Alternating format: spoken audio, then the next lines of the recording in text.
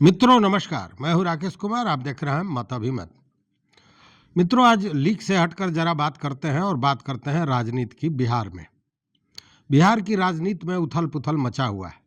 देखिए, पहले कहा जाता था, एक कहावत था कि सीमा पर हलचल है, कहीं चुनाव तो नहीं होने वाला है। और अब यह कहा जा रहा है कि ईडी का छापा पड़ा है, कहीं सरकार तो बदलने वाली नहीं है। यह कहावत बनता जा रहा है, क्योंकि बिहार में भी ईडी ने अपना एंट्री ले लिया है। और एंट्री भी किस पर? तो भाजपा और मोदी जी के हनुमान कहे जाने वाले, जिन्होंने अपने को स्वयंभू हनुमान बताया था, लोजपा रामविलास के नेता चिराग पासवान, उनके सबसे करीबी व्यक्ति हुलास पांडे पर। हुलास पांडे जो लोजपा रामविलास के संसदीय बोर्ड के अध्यक्ष भी हैं। हालांकि हुलास पांडे पर कई तरह के आपराधिक मामले दर्ज हैं। बालू माफिया सिंडिकेट चलाने का भी उन पर आरोप है, मनी लॉन्ड्रिंग का भी आरोप है, और ये सारी चीज़ें चल रही थी। बालू माफिया वाले पर तो आप जानते होंगे कि कई लोगों को पहले भी गिरफ्तार किया जा चुका है, जिसमें लालू जी के करीबी सुभाष यादव भी रहे हैं।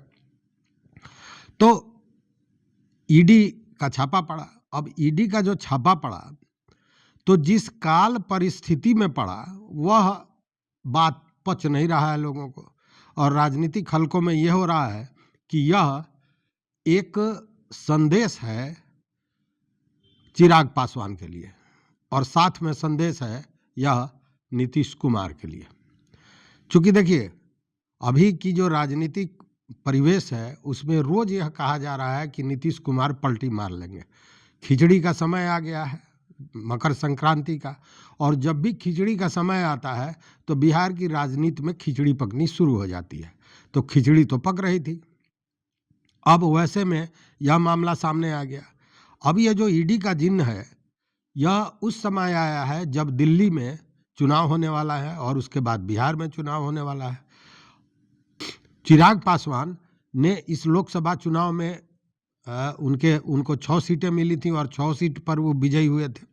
उसके बाद उनका भी ग्राफ जो है सो बढ़ता जा रहा है। उनके लोग उनको बता रहे हैं कि भावी सीएम है।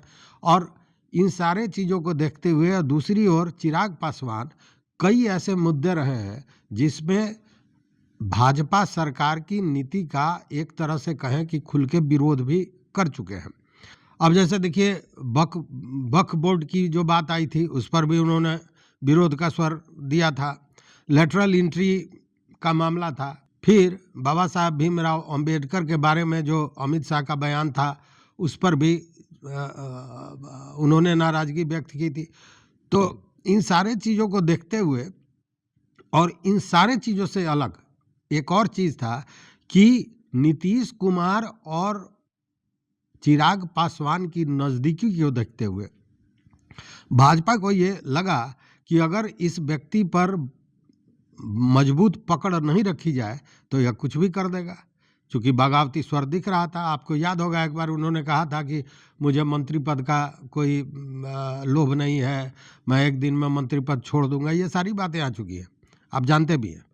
तो उसके बाद यह एक समझिए कि संदेश था या संदेश है, जैसा राजनीतिक धुरंधर बता रहे हैं कि यह संदेश है चिराग पासवान को कि भैया जगह पे अड़े रहो, इधर उधर करोगे तो फिर फंसोगे। तो ये सारी चीज़ें चल रही हैं। दूसरी ओर अब देखिए कि जैसे ही ये ईडी का छापा पड़ा है, उसके बाद जैसा बताया जा रहा है कि चिराग पासवान ने नीतीश कुमार से बात की है।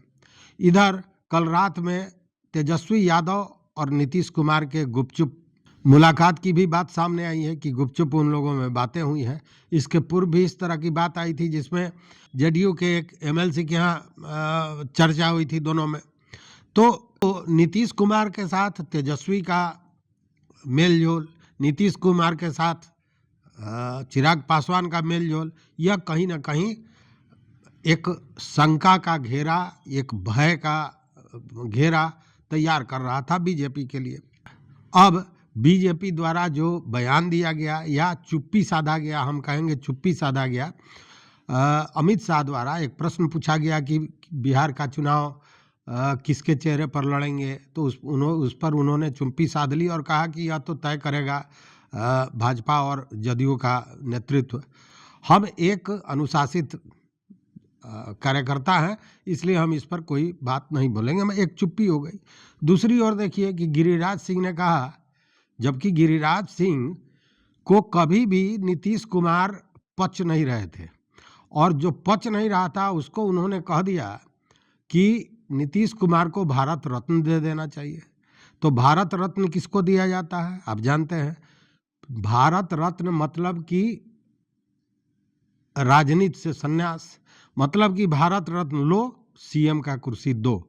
चूंकि इतने दिनों तक भाजपा भले ही बिहार में साथ में सरकार चलाई हो, लेकिन भाजपा हमेशा दोयम दर्जे में रही है, वो कभी एक नंबर पर नहीं रही है। नीतीश कुमार ही मुख्यमंत्री रहे, मुख्यमंत्री का पद बीजेपी के हिस्से में कभी न गया है, और आने वाले जो स्थिति है उसमें जाएगा ऐसा भी नहीं लगता है। इसलिए कि अगर चुनाव के नज़रिए से देखें तो सवर्ण मत जो है वह भाजपा के साथ होता है, जबकि इनके साथ दलित और महादलित के साथ अल्पसंख्यकों का वोट भी है नीतीश कुमार के साथ। तो उस स्थिति में यह कहना बड़ा मुश्किल है कि अकेले भाजपा यहाँ नीतीश कुमार से बेहतर परफॉर्मेंस दे पाएगी। चूँकि अच्छा, दूसरी बात यह देखिए कि यह स्थिति केवल भाजपा की नहीं है, यह स्थिति राजद की भी है। चूँकि राजद भी का भी जो कोर वोट है वो पिछड़ी जाति है और यादव हैं, साथ में अल्पसंख्यक हैं, और इन सारे लोगों पर, पिछड़ी जातियों पर और अल्पसंख्यकों पर एक बड़ा हिस्सा, इनका एक बड़ा हिस्सा नीतीश कुमार के साथ है। मतलब कि नीतीश कुमार जहां रहेंगे शासन वहीं रहेगी। इस स्थिति में यह बड़ा असमंजस की स्थिति बनी हुई है। रोज कहा जा रहा है कि पलटी मार देंगे, लेकिन इतनी जल्दी पलटी मारेंगे ऐसा नहीं लगता है। नहीं इसलिए लगता है, आप देखिए ना महाराष्ट्र की स्थिति। महाराष्ट्र में क्या था? महाराष्ट्र में शिंदे कम लोगों के साथ भी भाजपा के साथ बने हुए थे सरकार में, और मुख्यमंत्री बने हुए थे। लेकिन वहाँ क्या हुआ? महाराष्ट्र का चुनाव शिंदे के चेहरे पर भाजपा लड़ी, और शिंदे को किनारे करके और फडणवीस को बना दिया गया मुख्यमंत्री। अब शिंदे दिल्ली और बॉम्बे की दौड़ लगा रहे हैं, वो उप मुख्यमंत्री बने हुए हैं। तो ये सारी चीज़ें कहीं ना कहीं दिखाई दे रही थी नीतीश कुमार को। और नीतीश कुमार शिंदे नहीं है, शिंदे से बहुत ऊंचे चीज़ हैं, राजनीति के दिग्गज खिलाड़ी हैं।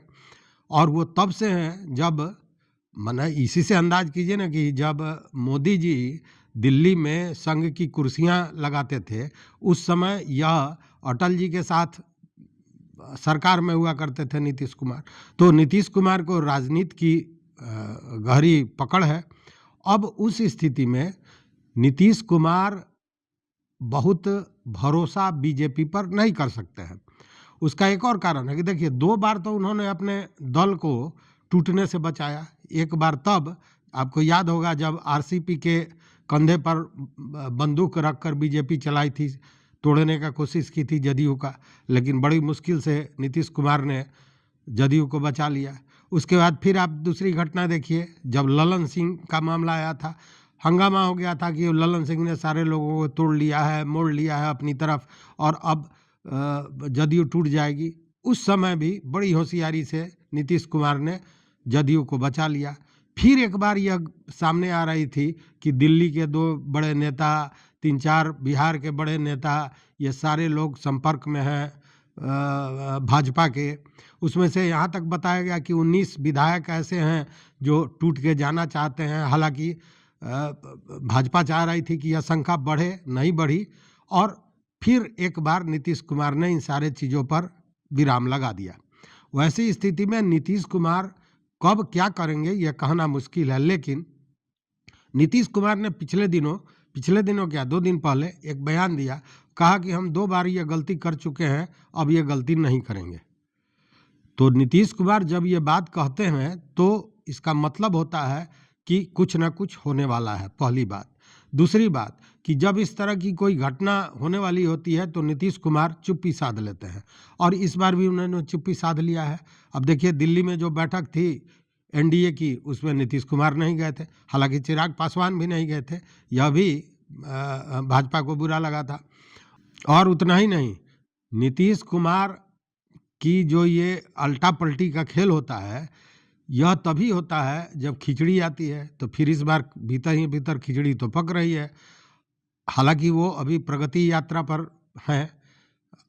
ऐसे दिल्ली जाने की भी सूचना मिली है कि वो दिल्ली गए हैं, तो दिल्ली गए हैं तो वहाँ भी कुछ मंत्रणा होनी है। अब देखने वाली बात है कि दिल्ली क्या कांग्रेस दफ्तर में भी जाते हैं या गुपचुप कोई मुलाकात इंडिया गठबंधन के लोगों से होती है। तो ये सारी चीज़ें संभावनाएं हैं, और राजनीति और क्रिकेट संभावनाओं का खेल है, और यही खेल यहाँ चल रहा है। लेकिन इसी बीच यह तेजस्वी यादव का बयान कि नीतीश कुमार अब होश में नहीं है, अब उनसे शासन नहीं चल रहा है, वैसे में उनके साथ जाना मुश्किल है, तो यह भी एक संदेश देता है।